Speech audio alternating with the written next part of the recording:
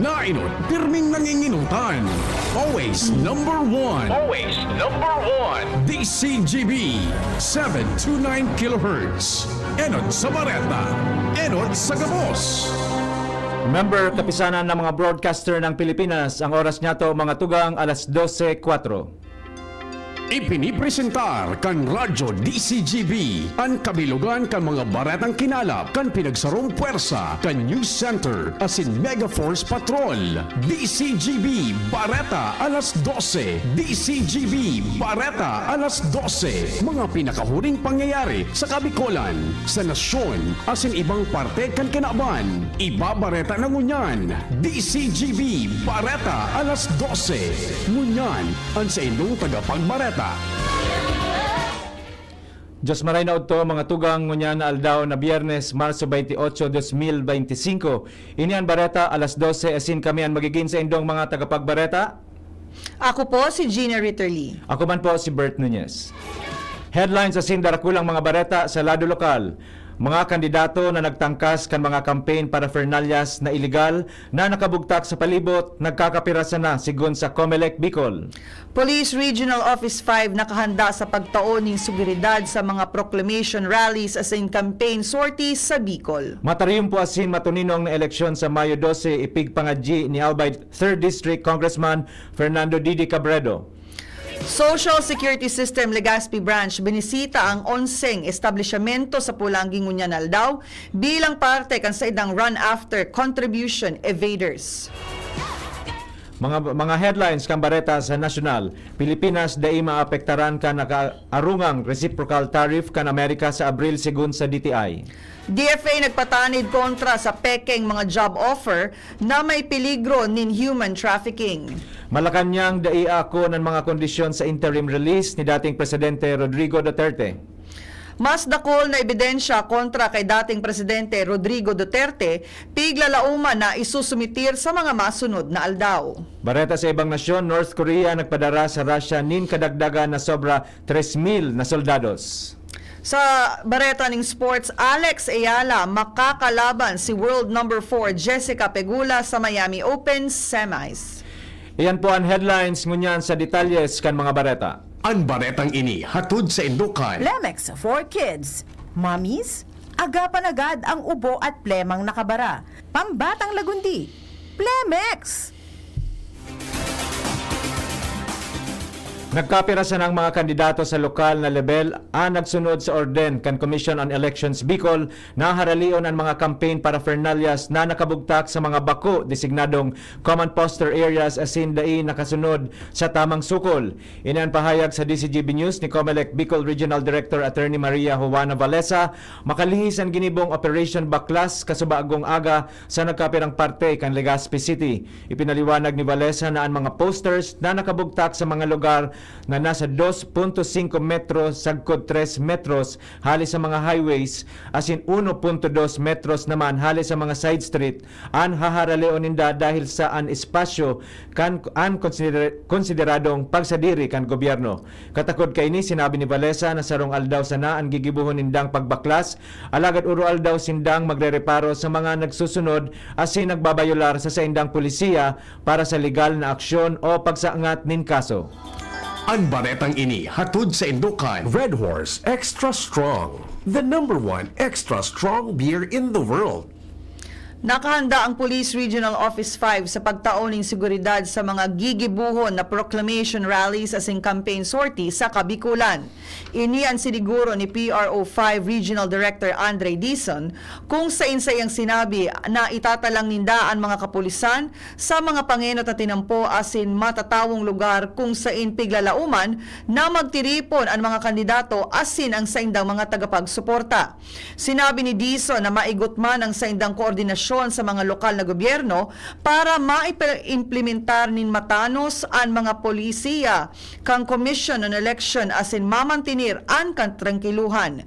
Sa giraray man na tinawan doon ni Dizon na mantinidong non-partisan asin apolitical ang Philippine National Police sa bilog na panahon kang eleksyon bilang parte kan sa idang mandato na protehiran ang demokrasya kang nasyon. Ang baretang ini hatod sa Indukan. Artisan Joint Supplement. Bumabagal ang galaw dahil sa joint pain at arthritis. Mag-Artisan. Matrangkilo asin matrayumpong eleksyon sa Mayo 12 ang pangadji ni Albay 3rd District Congressman Fernando Didi Cabredo kasabay kan pagpuon kan lokal na kampanya ngunya na aldaw. Sa pakikipaghoron kan DCGB News kay Cabredo, an sa iyang kampo nagkaigwan ning simpleng motorcade kasabagong aga hali sa Libon pasiring sa manlain-lain ng munisipyo sa Tercer Distrito. Sinabi ni Cabredo na ipagpapadagos niya ang pagbisita sa mga barangay para makahuron asin madangog ang agrangay asin pangangaipo kan mga residentes digdi kasabay ang pagreparo sa mga proyekto na pinunduhan kan gobyerno. Maigot man ang tugon ni Cabredo sa mga botante na ang kwarta ang dapat nasa bulsa asin ang boto dapat nasa balota para sa tawong paghiling ninda makakatabang ninmarhay sa saindang mga pamilya. Nasa Ang 80 baretang sa ini hatod sa Indukan. New Cobra Rice Energy Drink. Less sugar, less caffeine, kaya swabbing energy. Nasa 80 sagkod 90% sa nakan mga employer sa Bicol Region na ipig-irarom sa Run After Contribution Evaders o RACE kang Social Security System ang nakukumple. Inian pahayag sa DCGB News ni Attorney Jolly Rotogal kang Legal Division kan SSS kung sa iyang ipinaliwanag na ang natatadang 10% ang matatagas ang payo asin dae pigre-report, dae pigre-rehistro asin dae pighulugan ng kontribusyon kang sa indang mga empleyado. Sinabi ni Attorney Rotogal na pigpaparasipara sana ang mga itinataong notisya sa indakang SSS. Sigun kay SSS Legazpi spokesperson Janet Mapa, ngunya na aldaw nasa 11 establishmento de negosyo sa Pulangi Albay ang sa indang binisita para iparumdom ang sa indang mga obligasyon na kaipuhan ay komple sa laog ning 15 aldaw. Ang baretang ini hatod sa Indukan. Plemex. Pag may ubo o hika, Plemex agad. Basta lagundi, Plemex. Sinabat nin Ribok ang panggana kan Legazpi City sa semifinals kan basketball game kan palarong Bicol 2025 kasubanggi sa Albay Astrodome mantang naghihiling si Alkalde Alfredo Garbin Jr. Ini makalihis na magkainitan ang mga players kan Sorsogon City asin Legazpi City sa pagtapos na kan kawat. Sa durasyon kan kompetisyon, basta na sanang natutumba ang mga players kan Legazpi dahil pisikalan na kawat asin kan mga arabrasa na asin kan mag-arabrasa na ang mga players kan bigla na sanang nagbungagan ang duwang players dahilan para magkariribok sa laog kan Astrodome. Dahilan kay ini nagpahayag nin pagkadismaya si Alkalde Garbin dahil sa nasabing insidente sa pagsasabing pigiinguwa kuta ninda na maging matrangkilo ang kondukta kan palaro. Kinahuron man kan Regional Sports Coordinator ang mga imbeltong atleta hali sa duwang syudad. 25 mga motorist assistance centers ang nakatalaan na italtag kang Department of Public Works and Highways Bicol sa malain-lain na parte kang rehiyon para sa paparaning pag-obserbar kang Semana Santa 2025.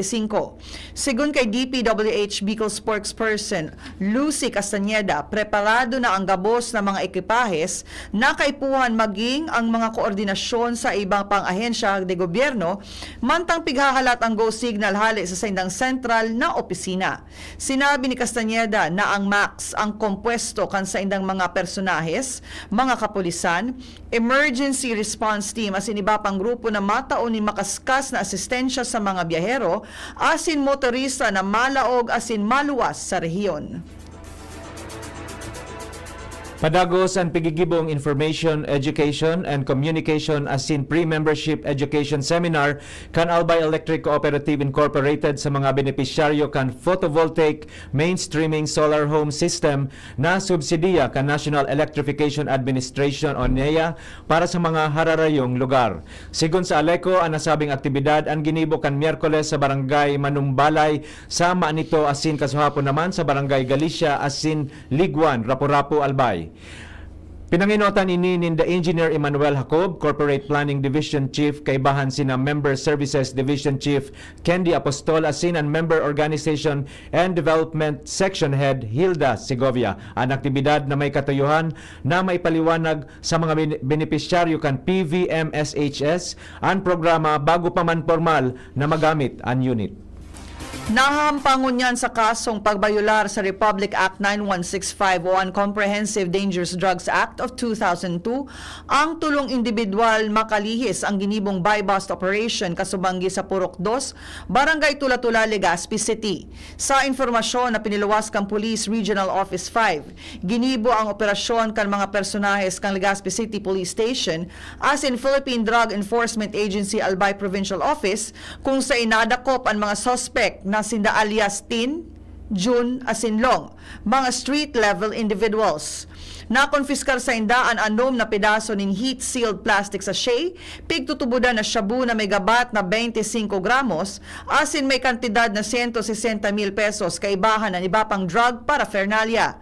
Sa presente, ang mga suspect asin mga ebidensya ang nasa kustudya kan Legazpi City Police Station para sa magkanigong dokumentasyon asin pagsaangat ning kaso.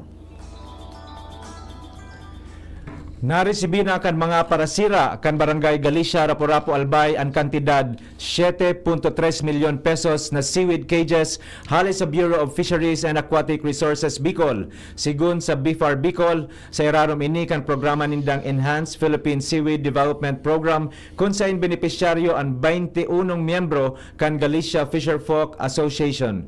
Apera sa mga seaweed cages, nagkaigwaman nin 2 aldaw na capacity development training manungod sa seaweed culture. Sa mensahe ni BFAR Provincial Fisheries Officer Alvin Christopher Lat, tinauwan doon kay niya ang importanteng papel kan mga benepisyaryo para sa pagsiguro kan supisyenteng pagkaon sa probinsya asin ang pagpapakusog sa sektor kan aquaculture sa rehiyon. Naitauna kang Department of Social Welfare and Development Bicol sa sobra 4,000 na pamilya hali sa 24 barangay sa Paracale, Camarines Norte ang tabang pinansyal makalihis na madistroso ang sa indang residensya kan uminaging bagyong Christine. Sa informasyon ang pinaluwas kan DSWD Bicol, ginibo ang emergency cash transfer poon kan Marso 24 sagkod 26 kung sa insobra sa 23,000 pesos na unconditional cash grants ang naidistribuir.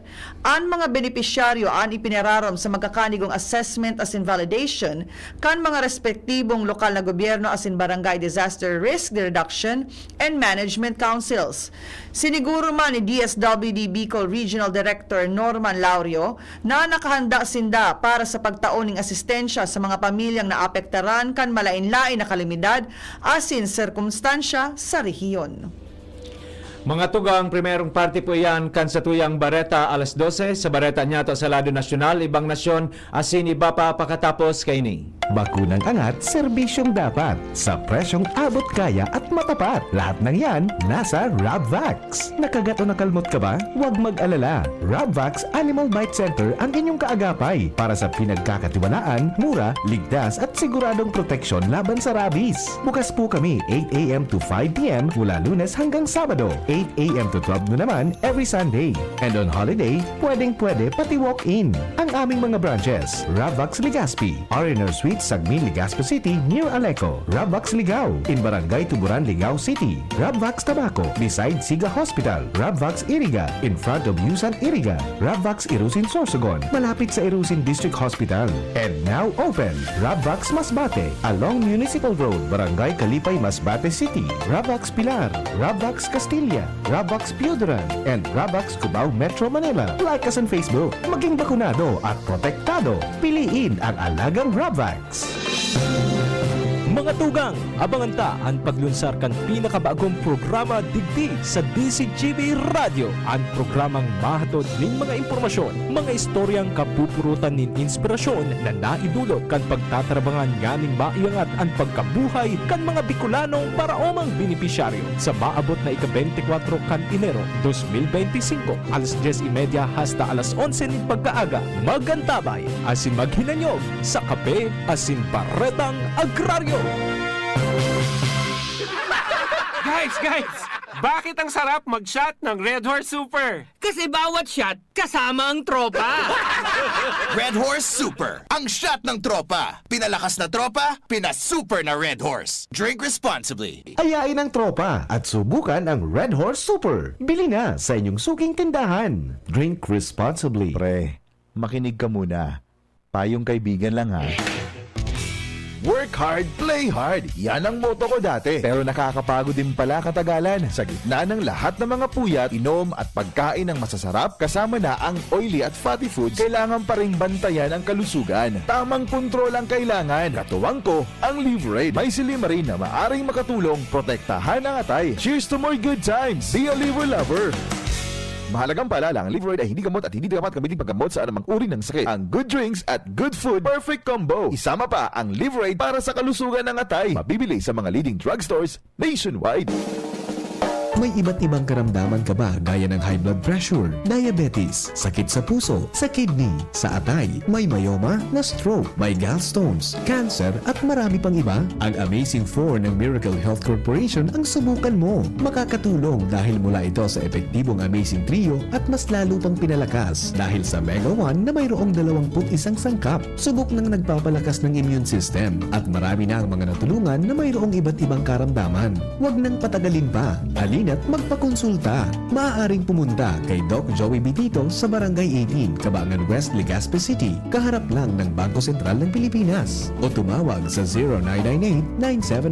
0998-975-8121 or 0917-853-8933 para sa free consultation sa natural medicine. Mapapanood din ang serbisyong natural, kalusugan at bayanihan sa YouTube channel at sa Facebook page na Doc Joey Bitito.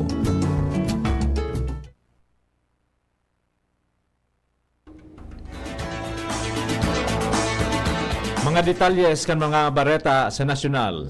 Pinunas ni Department of Trade and Industry o DTI Secretary Cristina Roque ang kahaditan sa tahokan na kaarungang pagpataw kan Amerika nin reciprocal tariff poon sa Abril 2. Sigun sa opisyal na dai maapektuhan ang nasyon digdi dahil magkaalyado ang Pilipinas asin Amerika asin naka-minimal sana kan trade deficit kan Pilipinas pagabot sa mga big export na mga produkto sa Amerika. Dahilan kay ni sinabi ni Roque na dainin dapat na ikahadit sa ngunyan asin pagpapadagos sana kanasyon kung ano ang pigigibo kay ni. Base sa report nakatalaan na magpautob ang gobyerno kan Amerika nin reciprocal tariffs sa mga nasyon na may dakulang trade deficits lalo na sa mga nagpapabakal nin mas dakul na goods sa Amerika kaysa sa pigbabakal gikan digdi. Nagpatanid ang Department of Foreign Affairs o DFA sa mga Pilipino na mag-ingat sa pagtangro na trabaho sa ibang nasyon na garong too good to be true dahil posibleng magresulta ini sa human trafficking. Ini matapos maiulik ang gobyerno ang 206 na Pilipinong biktima nin human trafficking gikan sa Myanmar. Sigun kay DFA Undersecretary Eduardo De Vega, na dai pwedeng magtrabaho sa Southeast Asia na daing work visa, kaya peligroso asin bako totoo ang pag-ako o ang pangako na magkakapuon ng trabaho basta magsipot sana. Siniguro man ni De Vega na makakaresibin ng reintegration assistance ang mga naiuli na Pinoy kaibanan ang 50,000 pesos gikan sa Department of Migrant Workers o DMW asin ang $200 gikan sa DFA mantang sindan na sa Thailand. Nag-abiso man siya sa publiko na daay magpaloko asin siguraduhon na beripikado kan DMW ang job contract para maiwasan na maging biktima kan human trafficking. Tiglalauman na mas dakol na ebidensya pa ang isusumitir kan prosecution team laban kay dating Presidente Rodrigo Duterte sa mga masunod na aldaw. Kan nakaaging aldaw, itinaon na kan prosecution ang primerong set kan mga ebidensya sa International Criminal Court o ICC asin sa kampo kan dating Presidente. Ini kompresto nin 181 na pidaso kan mga ebidensya na nakatalaan na ipresentar sa pagdalagan kan trial laban sa dating Presidente. Siring man, biglalauman na isusumitir pa ang ibang pidaso kan ebidensya sa mga masunod na aldaw bago ang deadline na Abril 4 na itinalaan kan International Court. Kinabibilangan ini kan mga written documentation, mga retrato, videos asin audio recordings, ang natatadang ebidensya kaibahan ang posibleng mga ipipresentar na testigo kung igwaman kaipuhan na i-disclose kan prosecution team bago magpaso ang deadline na itinalaan kan International Court. Hinagyat ni Palas Press Officer Claire Castro si Baguio City Mayor Benjamin Magalong na magluwas kang ebidensya para mapatunayan ang sa iyang mga aligasyon na ginibo ang General Appropriations Act 2025 para sa election fund. Kasunod ini kan pahayag ni Magalong na habo niyang maging kapareho ang Pilipinas sa sitwasyon ka Valenzuela na nagtios dahil sa mahiwasan na korupsyon. Sigun kay Palas Press Officer Claire Castro na mas maray pa kung direktang maitao kang alkalde ang ebidensya sa iya para mapag-adalan niya asin mapa-imbestigaran. Tinawanin doon ni Castro na pigre-respeto nindang opinyon ni Magalong alagad dapat na suportahan kaini ang konkretong ebidensya an sa iyang pigbubulgar para daay makaraot ng imahen ka gobyerno asin mga politikong daing kinaaraman sa nasabing issue. 100% na nakakasunod ang mga hog raisers sa pagpapautob kan MSRP sa karning urig. Ini ang sinabi ni Samahang Industriya kan Agrikultura o SINAG Chair Rosendo So sa sidelines kan 31st National Hog Convention sa Quezon City. Sigun kay So, sa nakalihis na duwang semana dai nagsusobra ang mga hog raisers sa nakapagkasunduan na 230 pesos kada kilo na farm gate price kan urig. Sinabi niyang apisar kan pagtios na pinag-aagihan ka nasabing sektor padago sindang nakakapag-ambag sa espuersos kan Department of Agriculture o DA na mabawasan ang presyo kan karning urig. Sa ngunya nadidifisilan ang mga hog farmers na makabawi sa epekto kan African Swine Fever o ASF asin sa pag-itaas kan gastos sa biosecurity asin sa pagkaon para makapagpadakol ni natama na urig sa nasyon. Dagdag ni So, kun hababa pa man giraray ang pagsunod sa MSRP, sa mga retailer dapat na maglansar nin sa pang konsultasyon sa bilog na industriya ang DA para maaraman ang mga problema sa logistics. Sinabi niya na ang pangako para sa pork MSRP pinagbiriyo na desisyon kan gabos na mga stakeholders bago ang implementasyon kaini. Papakusugon kang Administrasyon Marcos ang kampanya kontra sa mga cybercrimes sa paagi kan infomercials o information dissemination. Ini matapos mapabareta na puminako sa 5.82 billion pesos ang nawara sa mga financial institutions na pinamamahalaan kan Bangko Sentral kan Pilipinas o BSP gikan sa cyber attacks kan 2024. Pigsasabi nagkakaigwan ng 2.6% na nag-itaas kumpara sa 5.67 billion na nawara kan 2023. Sigun kay Palas Press Officer Claire Castro, maski mapaluwas nin official statement, may kinaraman digdi ang BSP, pigi ang ganyar ni Castro, ang mga bangko na magibo nin bagong internal policy, may kinaraman digdi. Aminado man si Castro, nagsabay sa modernong teknolohiya, ang mga cyber criminals kaya importante sa siring na paagi man, lalaban man ang mga ini.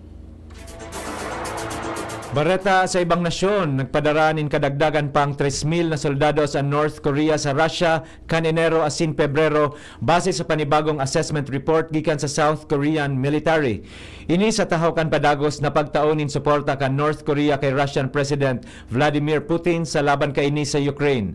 Apwera digdi kinumpirmar kan Joint Chief of Staff kan South Korea na nagpapadara ang North Korea nin kadagdagan na missiles, artillery equipments asin ammunition para matabangan ang Russia asin tanganing mapaitaas pa ang supply na armas kaini para sa saindang depensa sa saindang nasyon. Kaibahan sa mga military equipment na ipinadara kan North Korea sa Russia, ang dakulang numero kan short-range ballistic missiles, 170mm self-propelled howitzers, asin 220 units na 240mm multiple rocket launcher. Sa bareta ng sports, padagos ang Cinderella run ni Alex Ayala asin uminabante na siya sa semifinals kang 2025 Miami Open. Makakalaban niya sa semifinals ngunya na Marso 28 si world number 4 Jessica Pegula. Ini matapos ang makahistoryang panggana ni Ayala sa quarterfinals kontra kay world number 2 na si Iga Swiatek kasuudmang aga. Mientras nalilampaso ni Pegula si Emma Darducanu sa separado nindang quarterfinals match. Dahil ang digdi, luminuko ang 19-year-old na si Ayala sa ika-75 na pwesto sa world ranking gikan sa 140th spot. Para sa satuyang breakthrough news, nadiskubre ka nagkaper ang Pilipinong researchers hali sa University of the Philippines, Manila ang sarong tablet naggibo sa Marigoso o Ampalaya na makakabulong sa type 2 diabetes. Sa statement kan Institute of Herbal Medicine ang Ampalaya tablet gibo ini sa dahon kan Marigoso kung saan nagpahiling ini nin potensyal na mamanihar ang blood sugar levels kan mga tawo. Sigun kay IHM Research Assistant Professor Daisy May Bagawisan, makalihis ang ginibong clinical trials na patunayan na epektibong nakakapagpababa ang Ampalaya tablet nin plasma glucose sa ikatulong semana kan pagbulong asin nagpababa man sa glycosylated hemoglobin makalihis ang dosing semana. Ang Ampalaya tablet ang opisyal ng pigrekognisar bilang herbal medicine kan Philippine FDA asin klasipikadong scientifically validated option para sa pagbulong kan type 2 diabetes. Para po sa satuyang special story, sarong 23 anyos na lalaki sa Russia, ang atab na nagretiro asin nakaresibi ng unyaning pensyon. Si Pavel Stepchenko ang nagtatrabaho sa loob ng 2 taon asin tulos na nagretiro dahil para makuha ang titulo bilang youngest pensioner kang nasyon. Dahil sa espesyal na probisyon sa ley kan Russia, kada bes na may deklarasyon in martial law, ang kada bulan kan pagserbisyo katumbas nin tulong bulan na credited length of service. Kang Nobyembre 28, 2023, kan pinagkonfirmar kang International Record Registration Agency na Inter-Record asin isinabay sa Book of Records of Russia. Marso 28, taon 1945, namundag si dating Presidente Rodrigo Roa Duterte sa Maasin, Leyte. Si Duterte ang nagserbi bilang ika-16 na Presidente kan Republika kan Pilipinas pun kan 2016 sa 2022. Si Duterte ang pinakaprimerong Presidente kan nasyon na hali sa Mindanao asin siya ang nag-asumir sa pwesto sa edad na 71 anyos. Sa irarom kan sa iyang administrasyon, partikular na tinutukan niya ang kampanya kontra illegal na droga, kaibahan ang kontrobersyal na war on drugs, paglaban kontra sa korupsyon asin kontra sa terorismo, asin komunistang grupo asin iba pa. Sa ngunyan si Duterte ang nakadetini sa detention facility kan International Criminal Court sa Netherlands. Mga tugang, iyan na po ang kabilugan kan sa tuyang alas 12 mga bareta, tinipon asin kinalap sa DCGB Newsbase. Sa pangaran kan mga nagsurat kan sa tuyang mga bareta na pinamamayuhan kan sa tuyang News Manager and News Director Sir Mar de la Cruz, kay basi na Miss Angel Mustasa, Miss Jenny Matthew Balyaran, sa lado technical, katuwang taman dyan si Sir Joe Napolis, sa DCGB Social Media Department si Miss Sharon May Leron, asin si Mr. Jerome Nico Martinez, ang sa tuyang IT. Sa ngaran po kan bilog na tropa kan Megaforce Patrol asin sa pangaran kan mga nag-aantabay sa DCGB News Facebook page, DCGB YouTube channel, DCGB Live app, asin sa 729 kHz sa pihitan kang sa indong mga radyo. Kami po ang naging sa indong mga tagapagbareta. Ako po si Gina Ritterly. Ako man po si Bert Nunez. Thank you for watching. Thank you. And some shout-outs. Shout-out daw po, sabi ni Sir Vince Laneta Madriñan, sa gabos na barangay secretaries kan probinsya kan Albay. Asin, get well soon to Miss DJ. Ate Maggie, happy watching. Ate Maggie Magalona and Dr. Pet dyan sa Dental Clinic sa Daraga. Happy watching to Ate Son, Ma'am Tin De Chavez and Miss Kay, Sir Abner Mercado, Sir Chad Velasco kan Bernice Resort Hotel. As in, thank you so much Sir King Reginaldo for sharing our program. Just mabalos po sa Indogabos. Always number 1. Always DCGB. Ini ang Bareta alas 12 kaibahan si Bert. And Gina. Thank you so much po. Thank you. God bless. Sa indong nadangog, ang mga dalakulang bareta, unyan aldaw, ang tabayan ng giraray sa aga, ang sarupang edisyon, kan DCGB, Bareta